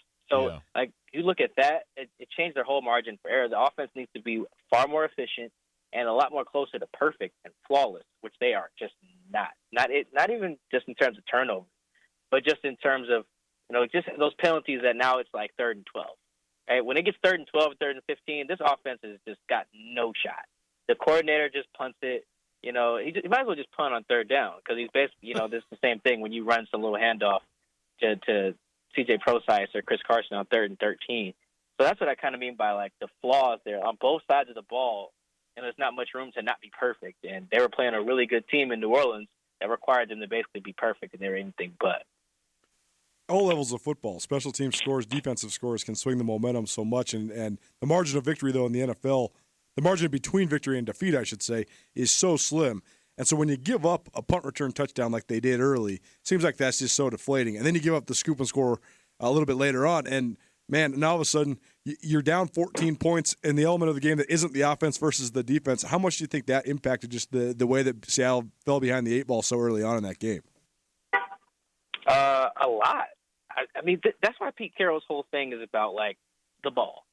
His whole thing about football is protecting the ball. That's why he recognizes it because he plays a safe style of football, and so when you give the other team the ball, you're basically screwed. And then he really harps on special teams, right? Every time he drafts players, we're excited about this guy. He can run, hit, do these things. Oh, yeah, and then we're really excited about he can play special teams. And we kind of dismiss it blah, blah, blah, blah, whatever. But you look at it, if you don't have guys who can cover on special teams, that's all rookies and second-year guys out there whiffing on tackles, on punt returns and kick returns. I think with the exception of, like, Nick Bellore, he might be like 30. He's on punt coverage, but that's why he recognizes that those type of plays are so huge. And when this offense isn't built for things to not really go their way, all those things you mentioned is an example of things not going their way. That's why I think Pete Carroll's system is so flawed, because you need basically everything to go perfect. You ask them what happens when there's slow starts, like, oh, well, we didn't have the ball that much, or, oh, well, we got backed up a couple times, or, his answers aren't that there was a hurricane, at midfield. These are regular football things. You're going to get backed up. You're going to have penalties. The other team's going to pin you deep with punts. Like, you need to have an offense that can overcome that. And really, they're just like, oh, if it doesn't go our way, then, yeah, we don't score points, which is, like, terrible when you think about it. Michael Sean Dugard joining us. He covers the Seattle Seahawks for The Athletics and is with us each Friday afternoon. Early returns on Jadeveon Clowney and Ziggy Ansah. I know Ansah's just back, but they're obviously the two guys they're bringing in, hoping to create a pass rush. What have you seen out of them, if anything, here in this first couple games that they've been there? Well, not much of a pass rush. Really, to be honest, their defensive ends were just non-existent against the Saints. The Saints did a really good job of getting the ball out and getting it to their playmakers. They had a much better game plan offensively than the Seahawks did defensively. The Saints' offensive plan was basically, hey, we're going to get the ball to Kamara because he's our best player, and then we're going to get the ball to Michael Thomas. You know who we're not going to have the ball in their hands that much? Teddy Bridgewater. And it worked out perfectly for them. Teddy didn't throw a ball that traveled more than like 14 yards in the air against the Seahawks and still won a game. Why? Because he's got all-pro playmakers, in Alvin Kamara and Michael Thomas, and it really neutralized that front. Now, that's not to say that the quick pass is the only reason they couldn't get to the quarterback. I mean, a lot of it, too, is you got to just beat the guy that's in front of you. Jadeveon wasn't able to do that. Ziggy wasn't able to do that. I mean, and no one really was, but, like, Ziggy and JD are supposed to be the stars, and when the opportunities came, for Teddy to sit back in the pocket, which he did a few times, you go back and look at the film, they just didn't beat the guy in front of him. Yeah. And at the end of the day, that's what your pass rush is all about. Transition into this week, then, the Arizona Cardinals are one of the most fascinating teams in the NFL to me because I don't necessarily know if they're good or not. I don't know if they can be. They might be, but so much of that is just on the number one overall pick, Kyler Murray. He's an unorthodox guy. There's no real blueprint as far as projecting him because I think that he's got a lot more juice than even a guy like Russell Wilson did come in the league. I don't know if he's necessarily the thrower of the football yet, but his athleticism is peerless at the quarterback position, and they're running an offense that's so much more like a college spread than it is like an NFL pro-style offense. So as Seattle transitions to prepare for this week, for this game, what's the talking points been and how much of it emphasizes on figuring out a way to slow down Kyler Murray? Well, I think Kyler's talented enough that, as Pete Carroll mentioned this week, like he's going to start lighting it up eventually. Right. And will that always translate to wins? I mean, probably not, especially not in year one. But he's going to light it up eventually and look like, a Heisman Trophy winner Kyler Murray. Just because kind of Lamar Jackson had some moments already where it's like, oh, okay, yeah, this is why he was so dynamic in college and why he looked worlds better than everyone else. The key for the Seahawks and basically every team that plays Arizona is don't be the team he lights up. Because it's going to happen. He's too fast. He's got too good of an arm. He's too dynamic of a playmaker. He's going to start making it happen. The best thing is Arizona's O-line is god-awful. Right? Like in the first week of the season, I think Kyler was tackled by one of his own offensive linemen. Right? I mean, that's the biggest sign of that your O-line is just bad. So any team with a bad O-line, you should feast on. I mean, that's where you start. And the other part is, okay, they're going to huck it. All right, well, this is your time for your corners to show up. I think Shaq mentioned during the week that he was really excited about playing a team that passes a lot. I know those guys want to get their hands on the ball. They keep track of who leads the defense in turnovers. I think Bradley has the only pick officially on the team right now, so he's in the lead. I know Trey Flowers really wants his first career pick really bad. Like, he likes when he gets targeted. So, okay, here's your shot. You're going to probably get like 45 shots at it, but it's not going to be 45 deep balls, right? It's going to be a bunch of quick stuff underneath. And then you got to wrap up. I mean, my goodness, the tackling was abysmal against Alvin Kamara. I had him looking like Jerome Bettis last week. If that happens, it won't matter what Kyler Murray does. If they can't tackle Fitzgerald and David Johnson and Christian Kirk or all the other fast dudes they have out there, if they can't tackle those guys, it won't matter if Kyler throws for 400 yards or $150. First divisional matchup for the Seahawks of the season. First of two. They get the Cardinals now, and then the Rams in Seattle on Sunday night next week. But obviously, we know the importance of divisional matchups and that. But what is Pete Carroll? What is his message to his team going into divisional games? How is it different from your standard run-of-the-mill regular season games? I mean, Pete tries to treat every game like it's the same. It's a championship opportunity. Russell says go 1-0 each week. Blah blah blah, which is fine. There's nothing really wrong with that because you should only focus on the team in front of you, or else the team in front of you will beat you. But I mean, you have to also consider the big picture. Whether you have to behave differently because of it, you just have to keep it in mind. You can't lose division games. I mean, the reason that they haven't really gone where they've wanted to is, I mean, yeah, they've had some flaws in the margin for error that I talked about earlier. The other thing is, you need to win a division. Like you need to prove that you're better than the other teams in the league because if you look at the last 8 years, right? Winning this division means you're probably one of the best teams in football. Like I know that the teams have had some attrition over time, but those Harbaugh Niners were nasty, right? And now you're looking at Sean McVay's Rams were nasty. Even some of those Arizona teams with Carson Palmer were nasty, right? So if you can structure a team that can beat up on the other nasty teams in your division, you're pretty set to prove you can throw blows at whoever else in the rest of the conference. Yeah, of course, every game is important, but you really got to beat up on and really impose your will in these division games. Last question for you: what do you expect? Looking at your crystal ball for us Sunday, what do you think is going to happen? I think we're going to see some scoring on Sunday. I'd probably go 33, maybe 24 in favor of the Seahawks. Yeah. That sounds good to me. I'll take a little bit of score and get some fantasy points racked up. Michael Sean, as always, we appreciate it. You can follow him at Mike Dugar, at MikeDugar, and also you can listen to him on the podcast that he runs. Michael, tell him about the podcast. What's the Seahawks Man-to-Man podcast? Where can they find that? We have the Seahawks Man-to-Man podcast. Our podcast after every game, either the night of or the next day, is available on all platforms. That's Spotify, that's Stitcher, that's iTunes, that's The Athletic, everywhere. We also do a midweek episode that you can find exclusively on The Athletic. We usually talk to one of the opposing beat writers. This week we talked to Catherine Fitzgerald of the Arizona Republic, and it's exclusively on The Athletic. And we have someone on there every week, I promise. So tune in, enjoy, leave a review, and all that good stuff. Michael Sean Dugar, covering the Seahawks for The Athletic, joining us every Friday, 12 for the 12s. Michael Sean, we appreciate it. Thanks so much. Enjoy the games. Enjoy the trip. All right. Thanks, guys. Thanks for having me. There you go. Michael Perfect, Sean, man. Appreciate it. Be well. There you go. Michael Sean Dugar, boys and girls. Yep, you too. Giving us everything that you could ever want to have when it comes to the Seattle Seahawks and their game on Sunday at Arizona. And Coulter, this game Sunday against the Cardinals, noon on the broadcast here on 102.9 ESPN Radio, and then the kickoff at 2 o'clock with Steve Rabel. And this is a game early in the season, first divisional game. Seahawks got to have it. The Cardinals are the worst team in this division, and so if you want to be competitive within your division, which you have to be, this is a game that you just have to win if you're Seattle, even though it's on the road. Certainly, and it remains up for debate if the Niners or the Cardinals are the worst team in the division. We'll see. Niners are already completely destroyed at running back. Jerick McKinnon's out. Matt Breida's out. Tevin Coleman's out. They got nothing at running back.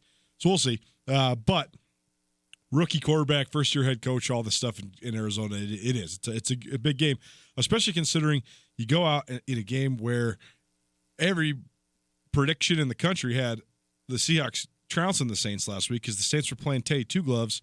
And like Michael Sean Dugar tweeted during the game, he said he was blunt. He said, right now, when it was 27-0, he said, right now, Seahawks are getting their butts whipped. Yes. And it was true. They were getting manhandled. When you give up a special teams touchdown and a defensive touchdown, and you play a style of football that is built to be close, you're in trouble. Period. And it's not. This is not rocket science. You cannot do those things and win football games in the NFL. And they didn't. They didn't win last week. Would have been nice for Seattle to be 3-0 going into Arizona. In any case, for 2-1, still got to get this game. We'll take a quick break. come back. We'll talk some more NFL. We'll do some picks against the spread like we do every Friday. Got 5 games picked out for you, including one from you Twitter folks out there, okay? At Gus2Tell at 1029 ESPN on Twitter. If you want to hit us up each week and tell us what games you want us to pick, and we will do just that right here on your radio for you. Before we go, though, a couple things. Give us a call, 329-1899. We got a 6-pack and a sandwich for you from Worden's Market.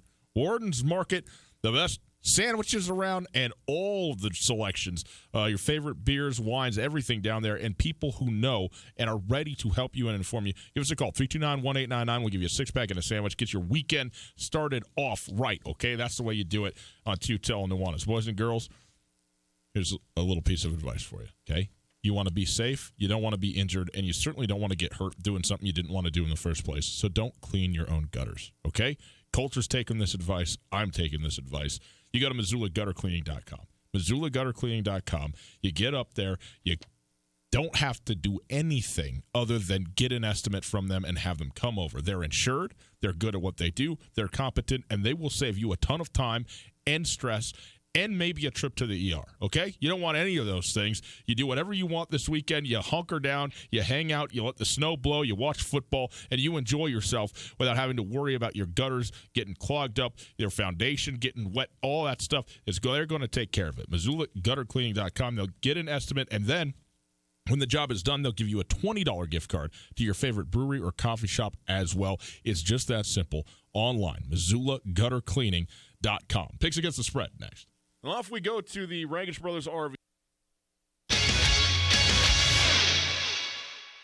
Now, the Montana Club's happy hour features BOGO beverages. Our expertly mixed cocktails, microbrews, domestics, and wine are buy one, get one free 7 days a week from 3 to 5:30. Stop in on Friday for Montini night. Sip on a top shelf martini for only $6, 5:30 to close. When you've worked hard all day and are ready to relax, the Montana Club has got you covered with BOGO happy hour 7 days a week, 3 to 5:30 on Brooks and North Reserve, Missoula.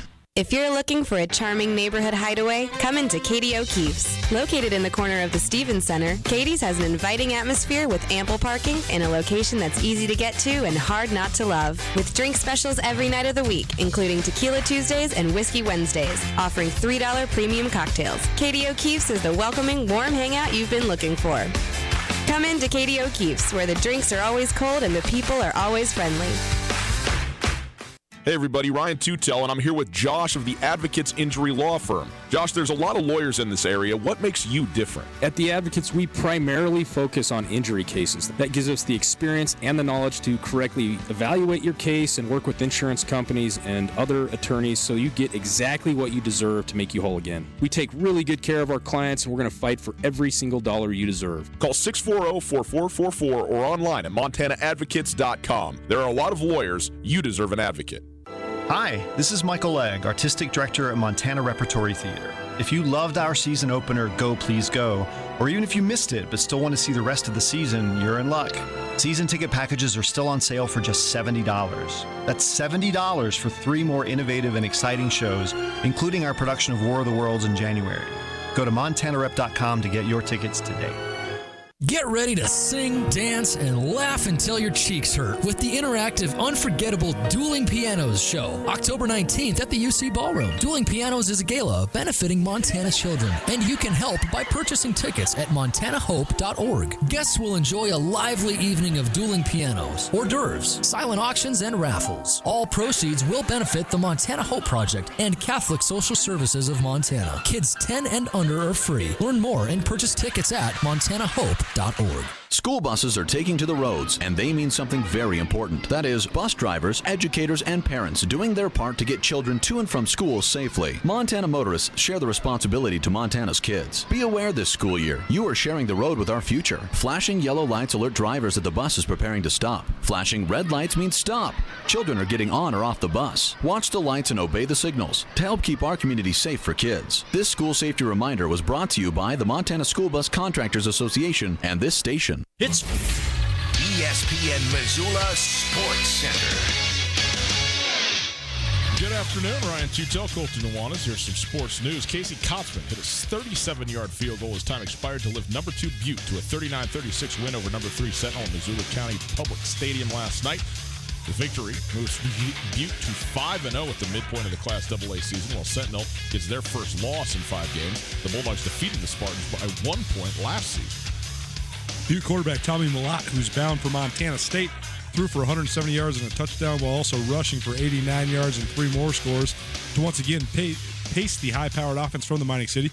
Sentinel junior quarterback Dalton Bay had a career night, completing 23 of 25 passes for 321 yards and 4 touchdowns, all in the first half. Preston Jones finished with 7 catches and 179 yards, including 3 first-half scores. And Jackson Lee, a future Montana Grizzly, had a total of 113 yards from scrimmage and scored a short 3-yard touchdown. Butte, they host Helena Capital next week. Sentinel, they face off with the city title on the line against Missoula Big Sky. Missoula Hellgate gets its first real test of the season tonight after ripping through their first 3 games 3-0. The Knights will take on number 5 Helena High in Helena. The Bengals are 3-1. Also tomorrow, the opening of Big Sky Conference football play. The Grizzlies on the road at UC Davis. That game kicks off at 2 p.m. Mountain on Root Sports. Montana State hosts Northern Arizona. That game kicks off at 1 o'clock on SWX television.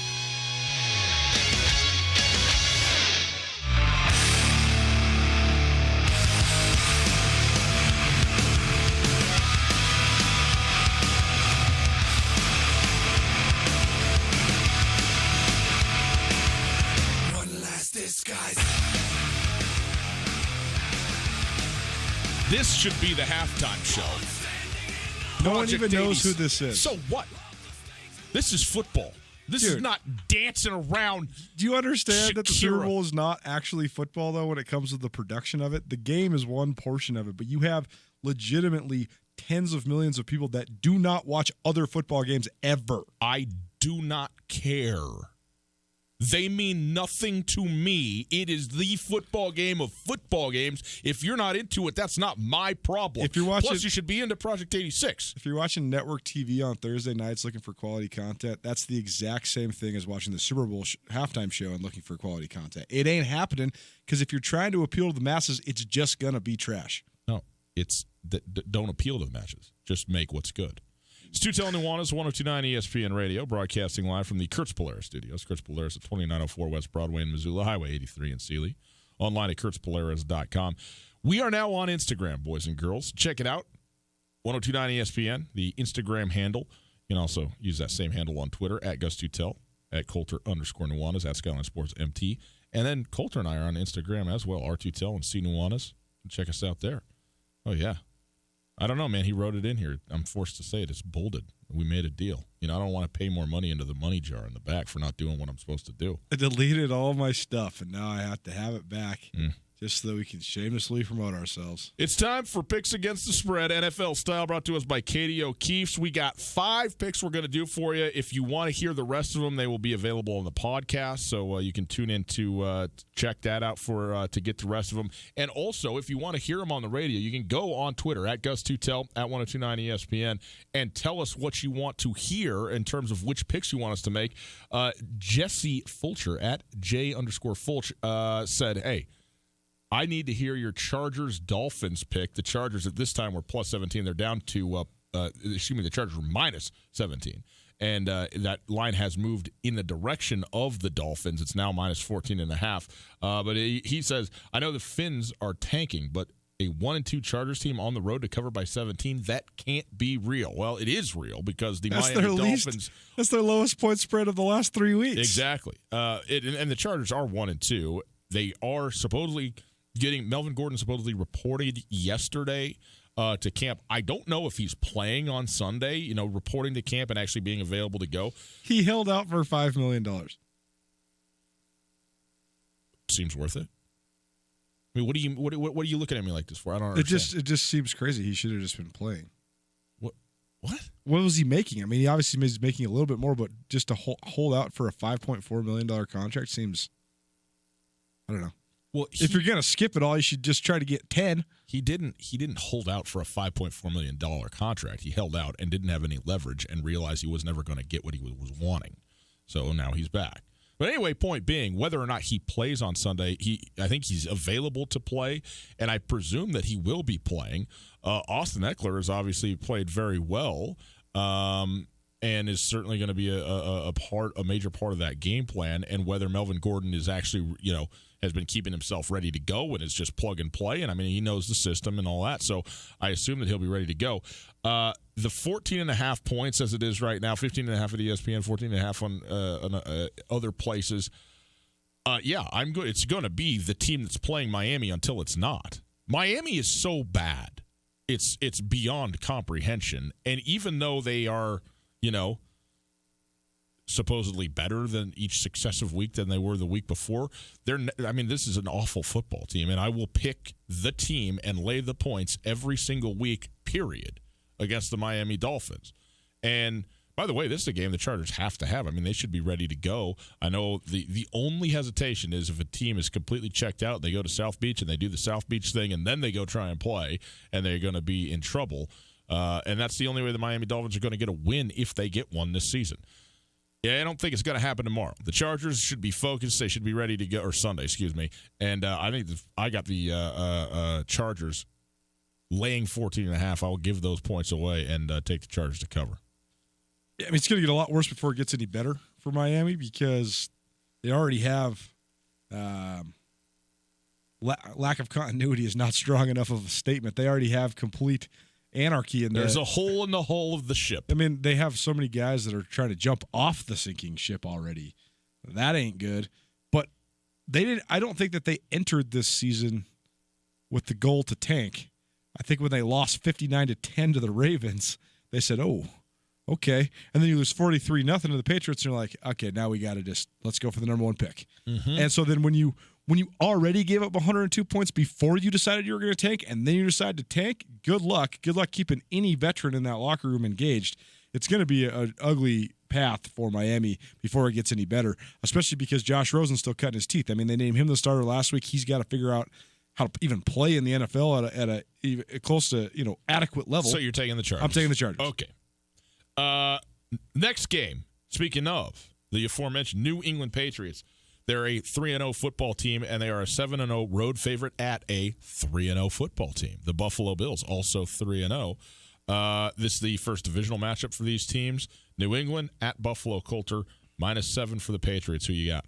Well, the Bills have one of the best defenses in the NFL, and Buffalo has one of the distinct home field advantages. There's this giant narrative about how much the Patriots have dominated that division, and they have. And, I mean, we used to even have a promo running on ESPN where you said, well, it's pretty doggone easy to go to the AFC Championship every year when you get 6 free wins every year. The thing is, that narrative is a little bit overblown. The AFC East is not good. The Jets have been no competition to the Patriots for 20 years. None. I mean, I would love to see the record of when Bill Belichick jumped from the Jets to the Patriots, what the record between those two teams has been since then, because I bet you the Jets have won a handful of times max. The Dolphins, for whatever reason, the Patriots stub their toe in Miami sometimes. Yeah. And I did say this is the first divisional game. It's not, because they did play the Dolphins already. But the one place where the Patriots need to bring their best in the division is when they play at Buffalo. Obviously, Foxborough, Patriots are great no matter who they're playing, particularly in the division. But the Bills have given the Patriots a lot of tough games over the years in Buffalo. Buffalo's one of the hardest places in the NFL to get to. I mean, obviously you're taking charters, so it's not hard to get anywhere, but it's off the beaten path more than anywhere. As it gets more towards winter, it's one of the more cold places in all the NFL. So, I think the Patriots will win this game, but I'm going to pick the Bills to cover. I'm taking New England because it's New England. I do like this Bills team. The thing is, I don't remember the third team that the Bills beat, but they beat the Jets and the Giants, who are two bad football teams.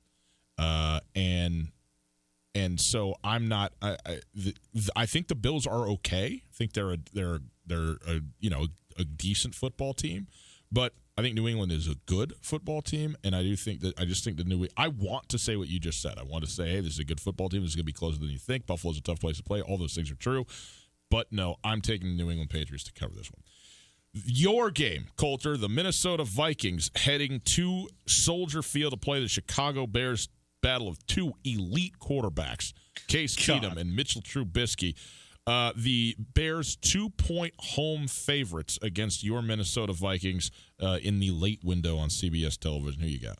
Vikings to win. Me the Vikings too. are better. Me too. I'm with you. I mean, whether or not they win or not, I'd love to see a tie here. But any case, I think I'm going to get on with you with the Vikings.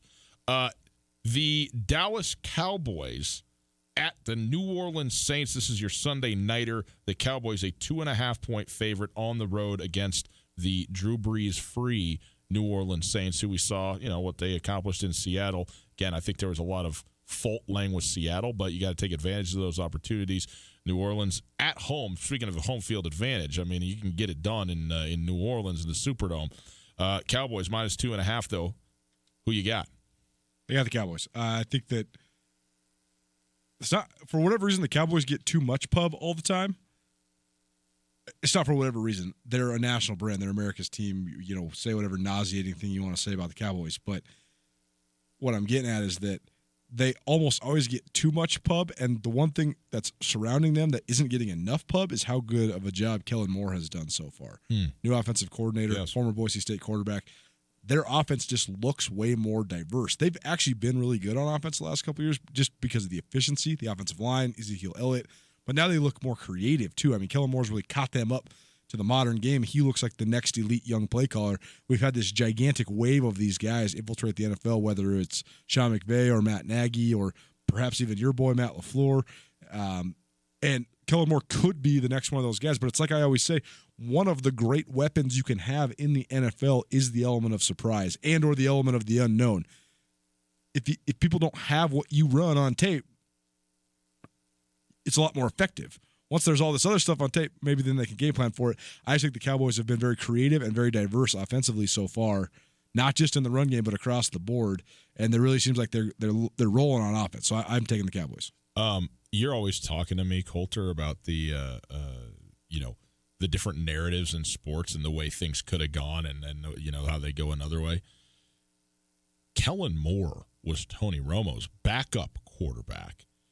Kellen Moore, who's completed higher percentage completion than anybody in the history of college football at Boise State, is down there.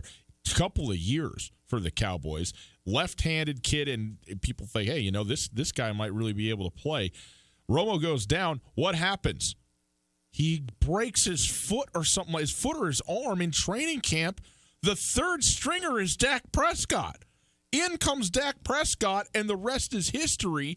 It should have been Kellen Moore standing there playing quarterback for the Cowboys. He could be the quarterback right now for Dallas, depending on how things go or whatever.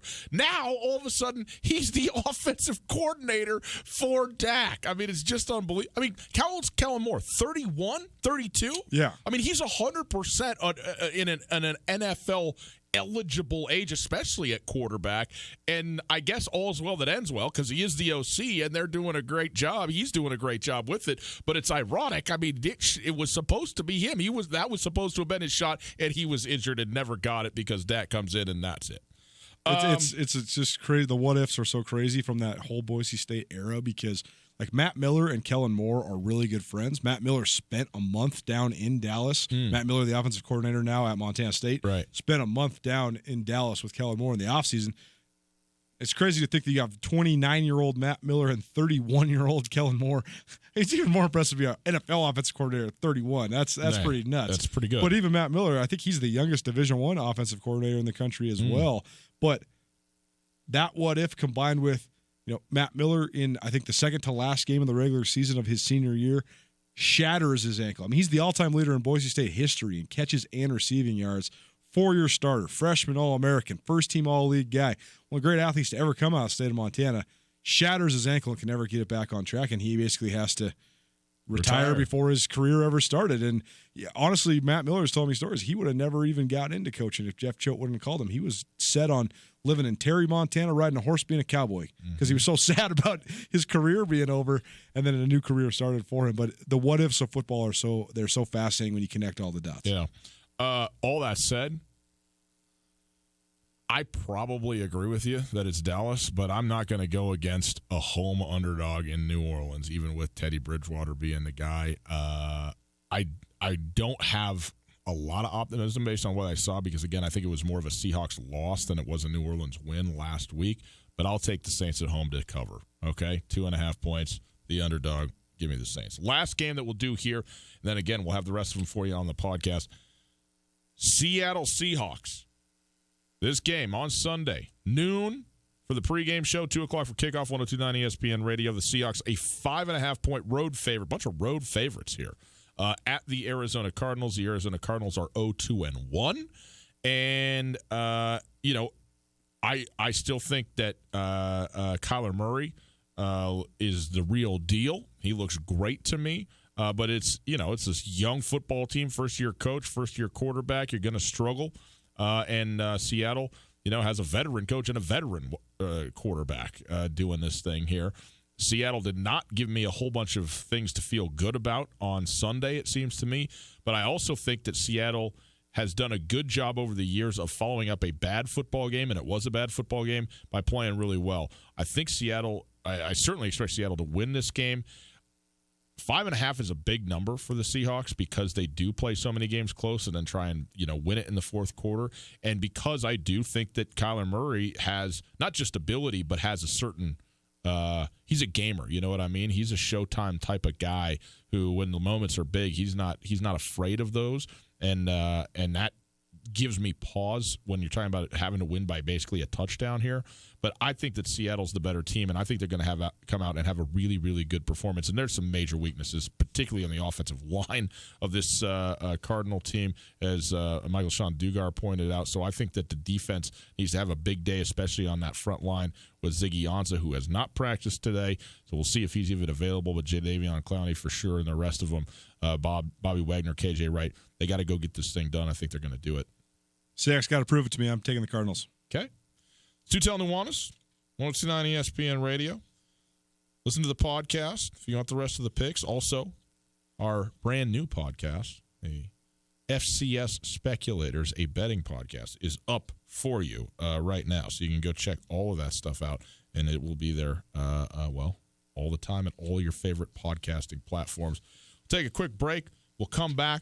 We'll finish up the week with our Tutel Nuanez 2-minute mashup, one of our favorite things that we're starting to do around here. There's a lot of fun, so we'll have that for you right after this. Hey, look up.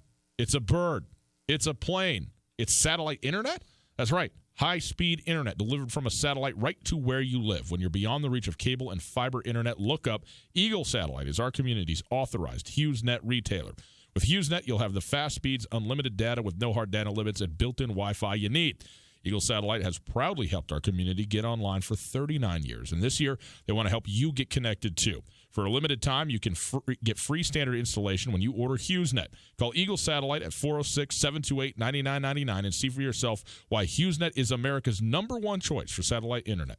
That's Eagle Satellite, 406-728-9999. Eagle Satellite and HughesNet, proudly connecting our community. No matter how far you may go, there's always one just down the road. Town Pump, who pump it up, pump it up. Quench your thirst at Town Pump. Pepsi and Mountain Dew 1 liters are buy 2, get 1 free. Plus Aquafina 1 liter water 2 for $2.50. Whether you're hungry, thirsty, or need a quick pick-me-up, you can find what you're looking for at your Town Pump, right down the road. Town Pump, right down the road. Pump it up, oh yeah. The big skies are open. Go wild with Opportunity Reward Checking. Go ahead, jump, dance, shout. Opportunity Reward Checking will make you do that. Go wild when you get your 1% cash back on qualified debit card purchases. It all starts with an Opportunity Reward Checking account from Opportunity Bank. Visit a branch today to get started. Then go wild and spend your 1% cash back however you want. Go wild with Reward Checking from Opportunity Bank. Some restrictions may apply. Member FDIC. Hey folks, Ryan Tutel, and I'm here with Josh of The Advocates. Josh, do most injury accidents end up in court? Luckily, most personal injury cases can be settled out of court through a fair negotiation with an insurance company. However, sometimes it is necessary. I'm prepared to do whatever it takes to get a fair settlement. Luckily, most personal injury cases can be settled out of court with a fair negotiation with the insurance company. However, I'm prepared to do whatever it takes to get the right settlement for you. It's Josh at The Advocates, 640-4444, or online at montanaadvocates.com. It's a crisp fall morning. Time for your daily pumpkin soy latte. As you wait for your coffee, you get a buzz.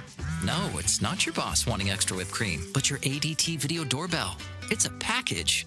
Your new latte machine. No more $5 PSLs. Barista Service, brought to you by ADT. Designing and installing a smart home just for you, backed by best-in-class 24/7 protection. Learn more at ADT.com. ADT, real protection. License information available at ADT.com. The biggest reason fall is the Desperados' favorite season of all, the return of those wonderfully spirited UM students, of course. Okay. So football is the real reason the Desperado gets pumped about fall, but you can't have college ball without college, right? So this season, the Desperado is bringing the best of both worlds together with live broadcast of Montana college football and all your favorite college football teams, along with Missoula's best hot wings and coldest beer. Fall has arrived, and there's more than one reason to celebrate at the Desperado Sports Tavern on South Russell, across from the Y. This is Tom Scared for the Borgen Project. Each year, nearly 2 million children die from preventable diseases. Each day, 30,000 people die from hunger. 500 each hour are children. The Borgen Project is turning this around. We need your help. To learn more, go to BorgenProject.org. That's BORGEN project.org. Tutel and Nuanez on 102.9 ESPN Radio for Missoula.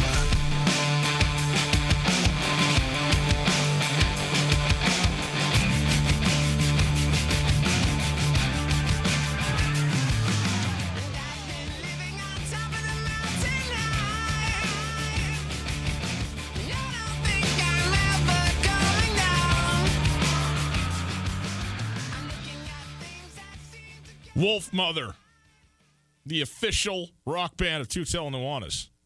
Boys and girls. Why isn't Wolfmother playing the doggone Super Bowl? It's Tutel and Nuanez, 102.9 ESPN Radio. Great to be with you on a Friday, heading into conference play in the Big Sky Conference. It makes me so very happy.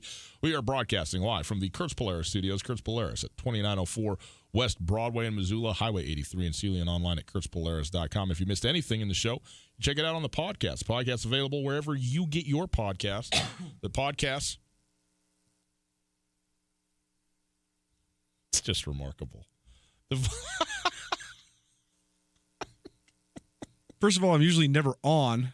I usually have to talk into a microphone that's not on. So then while you're doing your little thing, I assume it's not on, so I just cough. I don't have a button on my side. Is there any way we could get this into the 2-minute mashup last second? No. We are, if you're missing any of the show, it's as good as it gets, people. I'm just going to keep coughing into the microphone just to make sure they can't hear anything you're saying. The podcast is available on all your favorite podcasting platforms, and it is available next to the Wingate by Wyndham Hotel. Go rate it, review it, rank it, all that stuff. Big weekend on ESPN Radio coming up. We'll tell you all about it, but we've been doing this. We did this last week. It was great. I can't wait to hear what's in store for us this week. It is the Tutel and Nuanez Week in Review, the 2-minute mashup. Keep your questions short and let's go to work. Hello, Montana. The same thing, just tackling toddlers in my house. If you're any good, they'll quit kicking it to you. Cannon at Washington Grizzly Stadium was a banging away on Saturday. Oh, it scared me big time. Everybody thinks he's competitive. He's a big scaredy. I get scared every time. And then, of course, we still got scared. He's jumpy. This is a double pass right here. Had to go make the play for my boys. The expectation of excellence is back. Heiner, I love you. That's effort, Heiner. That's awesome. I'm feeling good right now. You guys should ask me more questions because I'm going to be really grumpy on Monday. Our philosophy is it's the biggest game in the country because it's the one we're playing in. And it's relatively rare that you see somebody do something that you've just never seen before. Pass rush is everything. If you just try to be tough on Saturdays, it ain't happening. Moses is bringing the nasty back. Bruce Barnum, one of our favorites. David plugged me in there in the back, and he told me, I got the beep button, Barney. Be careful. I need those stories to run out because Hawk tells a story better than Disney. I'm feeding them Dots pretzels, and they probably have one of those smoothie bars in their place.